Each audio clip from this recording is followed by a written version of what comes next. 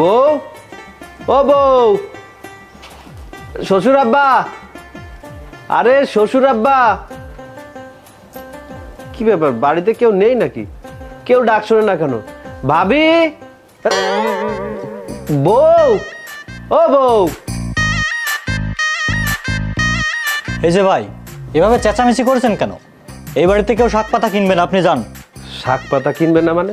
এই মিয়া, এই বাড়িতে শাক পাতা বিক্রি করতে কে এসেছে? আরে আপনি তো শাক পাতা বিক্রি করতে এসেছেন, তা না হলে এতগুলো শাক পাতা নিয়ে কেন ডাকাডাকি করছেন? এই চুপ করো তুমি, আমি তোমার সাহেব, তোমার ম্যাডামকে ডাকো, যাও। আপনার পরিচয় দিন, তারপরে ডাকছি। আমি এই বাড়ির জামাই, তোমার মিথিলা ম্যাডামকে আমি বিয়ে করেছি। ও নতুন? এই নতুন মানে? তোমার ম্যাডামের কি আগে বিয়ে হয়েছিল নাকি? আরে না, আপনি কি উল্টাপাল্টা কথা বলছেন? আমি বলেছি আপনি এই বাড়ির নতুন জামাই। হ্যাঁ বুঝতে পেরেছো, এবার যাও তোমার ম্যাডামকে ডেকে নিয়ে এসো, যাও।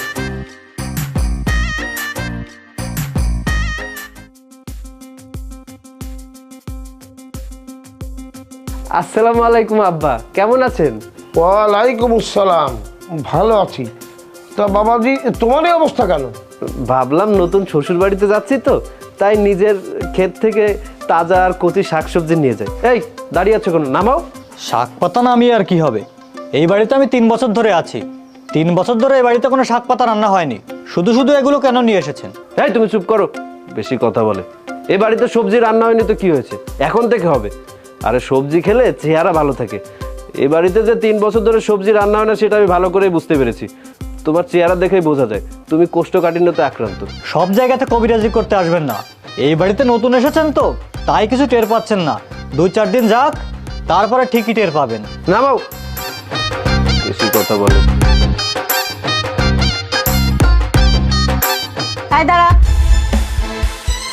গবাদি পশুর খাবার নিয়ে ঘরের ভিতরে যাচ্ছিস কেন? এ বাড়িতে কেউ শাকসবজি খায়? মনে হচ্ছে এগুলো আমি নিয়ে এসেছি। কি করতে হবে সেটা বলেন। স্টোর রুমে নিয়ে রাখ, আর তোর যদি খেতে মন চায় তাহলে রান্না করে খাবি, আর তা না হলে গরুকে দিয়ে দিবি। স্টোর রুমে না রেখে একবারে গোয়াল ঘরে রেখে আসলে ভালো হয় না? অন্তত একদিন ঘাস কাটা লাগবে না। এই ছেলে, বড্ড বেশি কথা বলো। আমার জামাই এত শখ করে দিয়ে এসেছে, তোমরা যদি কেউ না খাও আমিই খাবো। যাও স্টোর রুমে নিয়ে রেখে এসো। আর জামাই, তুমি দাঁড়িয়ে আছো কেন? এসো বাবাজি, ঘরে এসো। আয় দাঁড়াও, আগে পুকুর থেকে ভালো করে হাত পা ধুয়ে তারপরে রুমের ভিতরে প্রবেশ করবে। আরে তার আর দরকার হবে না, আমি বাড়ি থেকে আসার সময় গোসল করে এসেছি। আব্বা আপনি চলুন তো। গাইয়া ভূতটা চলে এসেছে, এখন আর শান্তিতে থাকতে দিবে না। ওকে কিভাবে শায়েস্তা করতে হয় তা আমি খুব ভালো করে জানি।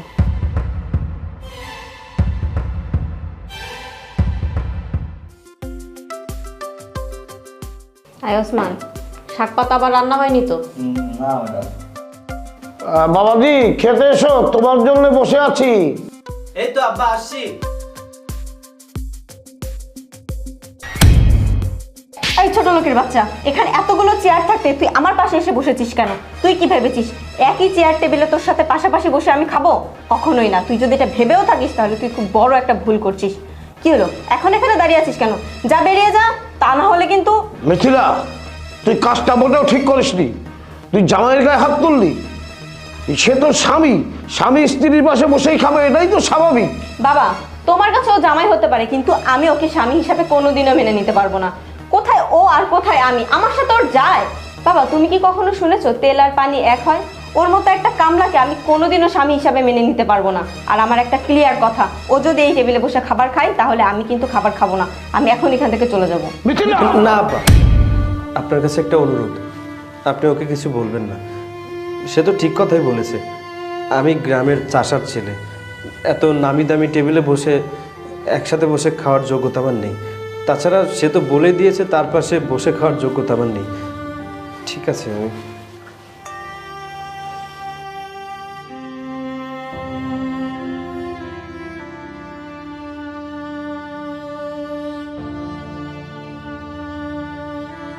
আব্বা, আমি তো গ্রামের মানুষ, আমি নিচে বসে খাচ্ছি। বিশ্বাস করুন আমার কোনো সমস্যা হবে না, আমার অভ্যাস আছে। আপনারা উপরে বসে খান, আমি নিচে বসে খাচ্ছি।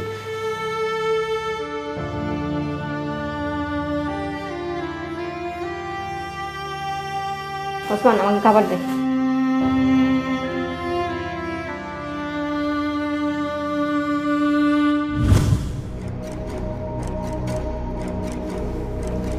আই ছোট লোকের বাচ্চা, তোর এত বড় সাহস, তুই আমার রুমে ঢুকে আমার পাশে শুতে এসেছিস?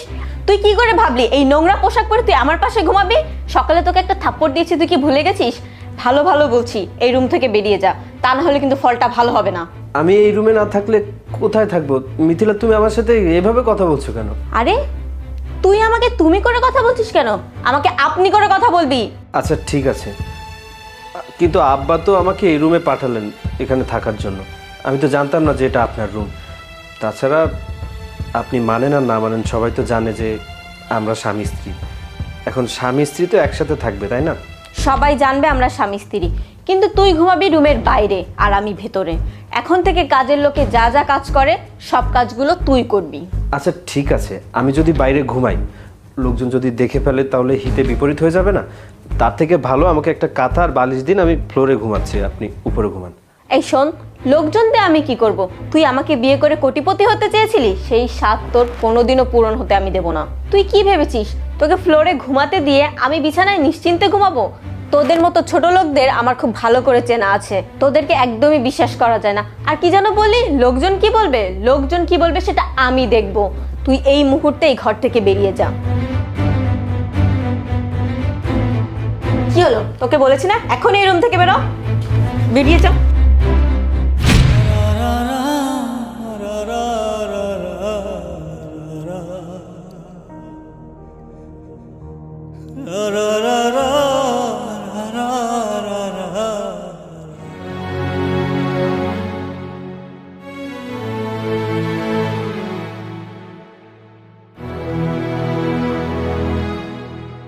বাবা দীপ্ত, তুমি এত রাতে বাইরে পায়চারি করছো, এইভাবে ঘোরাফেরা করছো কেন? মিথিলা কি তোমার সঙ্গে কোনো খারাপ ব্যবহার করেছে নাকি? না বাবা, মিথিলা আমার সাথে দুর্ব্যবহার কেন করবে? এমনিতে ঘুম আসছিলাম না তো, তাই হাঁটাহাঁটি করছিলাম যদি একটু ঘুম আসে। কিন্তু বাবা, আপনি কেন ঘুমাননি? এই বয়সে রাত জাগলে আপনার শরীর খারাপ করবে না? আমার কথা আর বলো না বাবা, আমার মাথার মধ্যে শুধু টেনশন কাজ করছে। আমার মনে হচ্ছে বাবা, তোমার জীবনটা মনে আমি ধ্বংস করে দিয়েছি। বাবা, আমি যদি তোমাকে অনুরোধ না করতাম তাহলে তোমার জীবনটা এমন বিপর্যয় পড়তো না। বাবাজি, আমি যে পাপ করেছি তাতে আমি মরেও শান্তি পাবো না। বাবা, আমি ভেবেছিলাম বিয়ের পরে মিথিলা তোমার ভালোবাসা পেয়ে ঠিক হয়ে যাবে, কিন্তু সে ঘুরে বালি, সে আর ঠিক হলো না। বাবা, আমি তোমার জীবনটা নষ্ট করে দিয়েছি, তুমি আমায় ক্ষমা করে দিও। ছি বাবা, আপনি আমার কাছে মাপ কেন চাইছেন?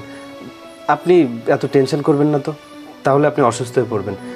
আর আপনি চিন্তা করবেন না, মিথিলা ঠিক হয়ে যাবে। আমার বিশ্বাস, আমার ভালোবাসা পেয়ে একদিন ঠিক হয়ে যাবে। ও নিজের ভুলটা বুঝতে পারবে। তাই যেন হয় বাবা, তাই যেন হয়।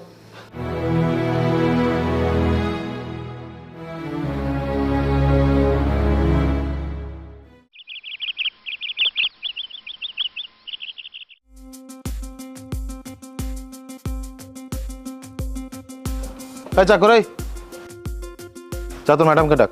ম্যাডামকে ডাকো মানে? আপনি কি? আপনার পরিচয় কি? এই তুই তো বড্ড বেশি কথা বলিস। সামান্য চাকর হয়ে তুই আমাকে প্রশ্ন করছিস? তা প্রশ্ন তো করতেই হবে। আপনাকে আমি চিনি না, জানি না, হুট করে আসলেন, এসে বললেন ম্যাডামকে ডাকো। কে আপনি? আপনার পরিচয় কি? এই চাকর, কাজ বাদ দিয়ে তো কথা কিসের? আরে ভাই, তুই কখন আসলি? আরে শালা বাবু, তোমার পরিচয়টা আগে দিলেই তো হতো, তাহলে তো এত কথা কাটাকাটি করতে হয় না। যাই হোক, কেমন আছো তুমি? এই ছোট লোক চাকরের বাচ্চা, তোর এত বড় সাহস, ওই নোংরা হাত দিয়ে আমাকে জড়িয়ে ধরেছিস? আরে তুই শালা কাকে বলছিস? হ্যাঁ, কি উল্টাপাল্টা কথা বলছিস তখন থেকে? আরে উল্টা পাল্টা কথা কেন বলতে যাব? আমি তোমার দুলা ভাই, মানে মিথিলার স্বামী। মানে মিথিলা, এ চাকরের বাচ্চা সব কি বলছে? ও নাকি তোর স্বামী? এমনিতেই মান সম্মান শেষ, আর এখন যদি আমার ফুফাতো ভাইয়ের সামনে ওকে স্বামী হিসাবে পরিচয় দিতে হয়, তাহলে যতটুকু মান সম্মান আছে তাও যাবে। না না ভাই, ও আমার স্বামী হতে যাবে কেন? ও তো এই বাড়ির চাকর। আরে তুমি কি সব বলছো? তোমার ভাইয়ের সামনে আমাকে অস্বীকার করছো? এই চাকরের বাচ্চা, তুই সামান্য চাকর হয়ে বাড়ি জামাই হওয়ার স্বপ্ন দেখিস? মিথিলা, এই ধরনের চাকরকে বাড়িতে রাখলে আমার মামার মান সম্মান যাবে। তুই একটা কাজ কর, এই চাকরকে এক্ষুনি বাড়ি থেকে বের করে দে। কামরুল, তুই কাকে এ বাড়ি থেকে বের করে দিতে বলছিস? কেন মামা, এ চাকরকে বের করে দিতে বলছি? ওর তো স্বভাব চরিত্র ভালো না। তুমি যদি ওকে বাড়িতে চাকর হিসেবে রাখো তাহলে তো তোমার মান সম্মান থাকবে না। ও এই বাড়ির চাকর তোকে কে বলেছে? কেন? মিথিলা বললো। ছি মিথিলা, ছি! তুই নিজের স্বামীকে এই বাড়ির চাকর হিসেবে পরিচয় করিয়ে দিচ্ছিস? তোর কি একটুও লজ্জা করছে না? না, একটুও লজ্জা করছে না। ওর মতো একটা গরিব ফকিরকে আমি স্বামী হিসাবে মানি না। ও হতে পারে তোমার কাছে মাথার মুকুট, কিন্তু আমার পায়ের জুতার সমতুল্যও না। মিথিলা, অহংকারটা একটু বেশি হয়ে গেল না? একটা কথা ভুলে যাস না, স্বামীর পায়ের নিচেই কিন্তু স্ত্রীর বেশ। আর সেই স্বামীকেই তুই জুতার সমতুল্য করলি, এই অহংকারের একদিন পতন হবেই। দরকার নেই আমার এমন স্বামীর, যাকে আমি কোথাও ঘুরতে নিয়ে যেতে পারবো না, যাকে কারোর সাথে পরিচয় করিয়ে দিতে পারবো না। আমি আমার শেষ কথা জানিয়ে দিচ্ছি, আমি ওকে স্বামী হিসাবে মানি না, আর কোনোদিনও মানবও না। তাহলে আমারও শেষ কথা শুনে রাখ, দীপ্ত আমার জামাই। এই বাড়িতে যা কিছু হয় আমার টাকায় হয়, আমি যা বলবো তাই হবে। আচ্ছা ঠিক আছে, থাকো তুমি তোমার ফকিন্নি জামাই নিয়ে। এ ভাই চল। চল।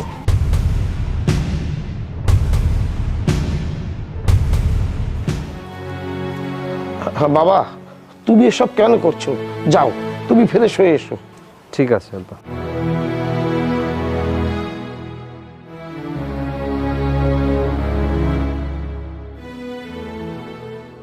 আচ্ছা বোন, দেখতে মেয়েটা কেমন? ভালো তো, সুন্দর। কি বাবা, কি হয়েছে তোমার? মানে আমার সব শেষ হয়ে গেছে, আমি নিঃস্ব হয়ে গেছি মা। মানে বাবা তুমি সব কি বলছো? তুমি নিঃস্ব হয়ে গেছো মানে? আরে মা, আমি রাস্তার ফকির হয়ে গেছি। গত রাতে ফ্যাক্টরিতে আগুন লেগে আমার কোটি কোটি টাকার মালামাল সব শেষ। মা, আমি ব্যাংক থেকে সদ্য 5 কোটি টাকা লোন নিয়েছি, সেই টাকা দিয়ে কাঁচা মাল কিনেছি। সেই মালামাল এখনো ব্যবহার হয়নি, এর মধ্যে আগুন লেগে সব শেষ মা। এখন আমি ব্যাংকের লোন কিভাবে শোধ করব? আজ বাদে কাল আমার সয় সম্পত্তি, বাড়িঘর সবকিছু নিলামে তুলবে। তখন বৃদ্ধ বয়সে আমাকে রাস্তায় রাস্তায় ঘুরতে হবে রে মা। তোর মা মারা যাওয়ার পর আমি অর্ধমালা হয়ে আছি। তারপরে এই ক্ষয়ক্ষতির পর মরা ছাড়া আমার কোনো উপায় নেই রে মা।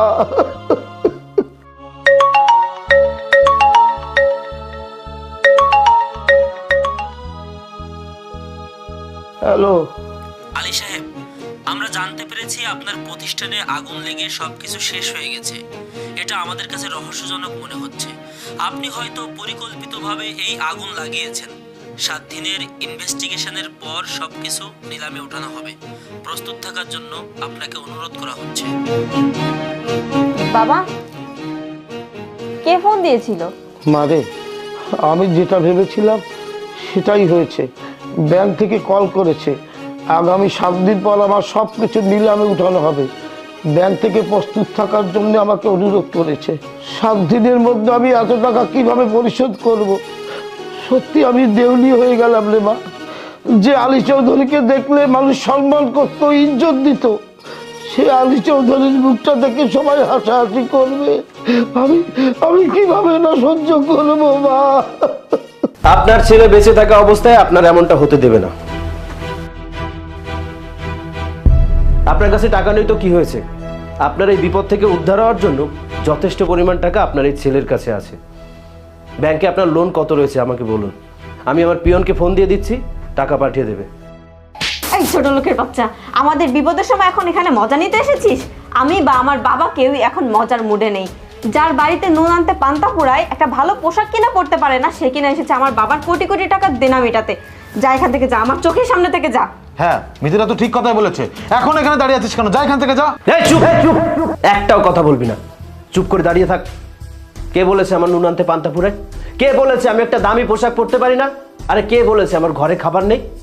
আমাকে কথা বলার সুযোগ দিয়েছে কেউ? সবসময় গরিব, কামলা, খ্যাত এইসব বলে অপমান করেছে, দূরে সরিয়ে রেখেছে।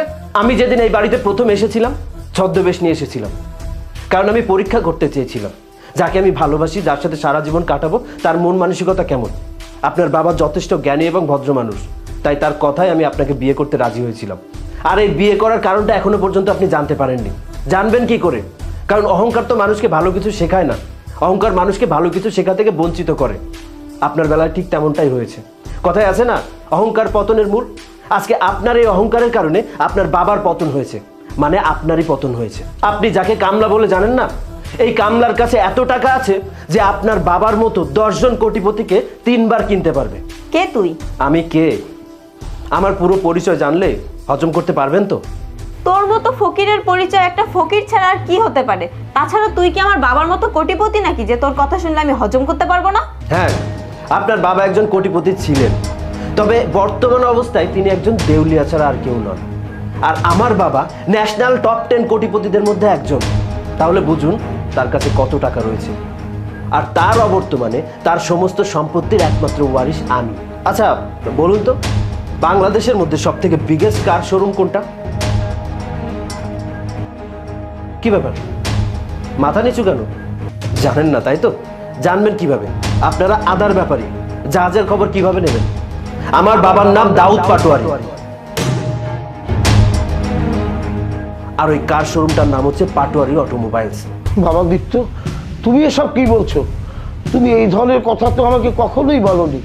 হ্যাঁ, আমি তো জানতাম তুমি মধ্যবিত্ত ঘরের একটা ছেলে, তাই তো আমার মেয়েকে বিয়ে করার জন্য তোমাকে আমি অনুরোধ করেছিলাম। আমি কখনোই চাইনি যে আমার বাবার পরিচয় আপনার সামনে দাঁড়াই। আপনি সেদিন বিপদে পড়েছিলেন, আপনার মেয়ের ছবিটা আমাকে দেখিয়েছিলেন। আমি আপনার মেয়েকে বিয়ে করতে রাজি হয়েছিলাম। কেন জানেন? কারণ আপনার মেয়েকে আমি মনে মনে আগে থেকেই ভালোবাসতাম। কিন্তু বাবা, সেদিন কি হয়েছিল? শুনুন তাহলে।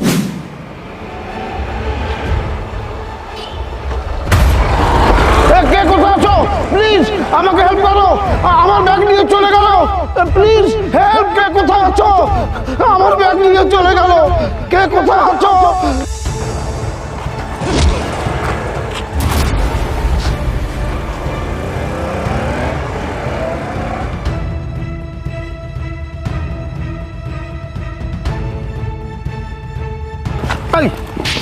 ভাই, তুই এত তাগড়া জোয়ান, তুই পরের মূল্যবান সম্পদ চিন্তাই করিস কেন?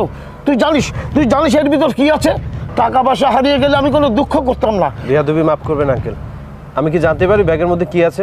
এই ব্যাগের মধ্যে আমার মৃত স্ত্রীর ছবি আছে, যে ছবিটা দেখে আমি সারাদিনের যত ক্লান্তি সব দূর করি। আমি ওকে খুব ভালোবাসতাম, তাই তো সবসময় ছবিটা আমি সঙ্গে রাখি। আঙ্কেল, আমি কোনো চিন্তাই করি না। আমি যদি ছিনতাইকারী হতাম তাহলে ব্যাগ নিয়ে এখান থেকে পালিয়ে যেতাম, এখানে দাঁড়িয়ে থাকতাম না।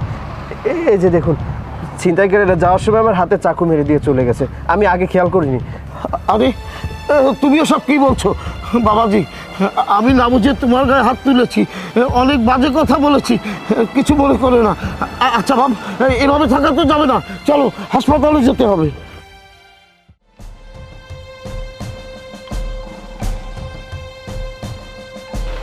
বাবাজি, অনেক কথাই তো হলো। আগামী শুক্রবার তুমি আমার বাড়িতে কিন্তু অবশ্যই বেড়াতে আসবে। জি আঙ্কেল, আমি চেষ্টা করব। আচ্ছা, আপনার বাড়িতে কে কে আছেন? আমার বাড়িতে আমার মেয়ে ছাড়া আর কেউ নেই। ও দাঁড়াও, আমার মেয়ের একটা ছবি ব্যাগের মধ্যে আছে, আমি তোমাকে দেখাচ্ছি। আমি যাকে মনে মনে খুঁজছি, এই তো সেই মেয়ের ছবি। সেদিন ব্যাংকের সামনে থেকে ওকে আমি এক পলক দেখে নিজের অজান্তেই ভালোবেসে ফেলেছি। যাকে আমি পাগলের মতো হয়ে খুঁজছি, আজকে তার বাবার সাথে আমার ঘনিষ্ঠতা হলো। এটা হয়তো বিধাতার বিশেষ কৃপা। আর কি হলো বাবাজি, হঠাৎ চুপ হয়ে গেল কেন? ঠিক আছে আঙ্কেল, আমি সময় করে আপনার বাড়িতে যাওয়ার চেষ্টা করব। আচ্ছা বাবাজি, বিয়ে শাদী কি করেছো? না মানে, তাহলে বৌমাকে দিয়ে আমাদের বাড়িতে যেতে। না আঙ্কেল, এখনো আমি বিয়ে শাদী করতে পারিনি, তবে ভালো একটা মেয়ে পেলে অবশ্যই করব। বাবাজি, আমি তোমাকে একটা কথা বলতে চাচ্ছিলাম। আসলে বাবা হয়ে এ কথা বলা ঠিক হবে কিনা আমি জানি না।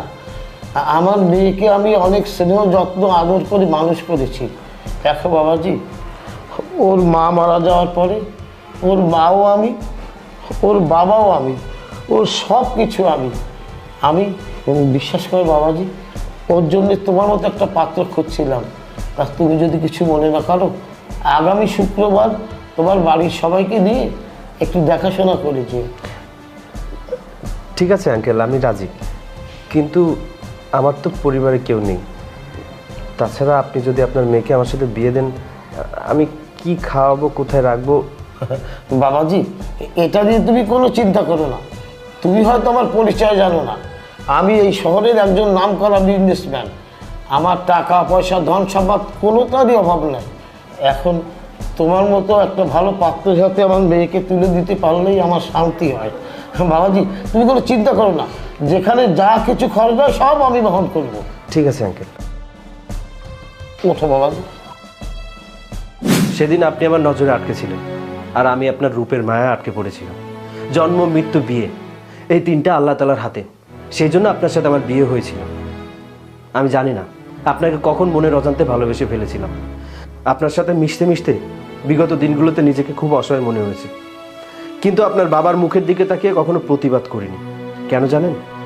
কারণ আপনার বাবা আপনার মুখের দিকে তাকিয়ে বেঁচে আছেন। আপনাকে কষ্ট দিলে ওই বৃদ্ধ মানুষটাকে কষ্ট দেওয়া হয়।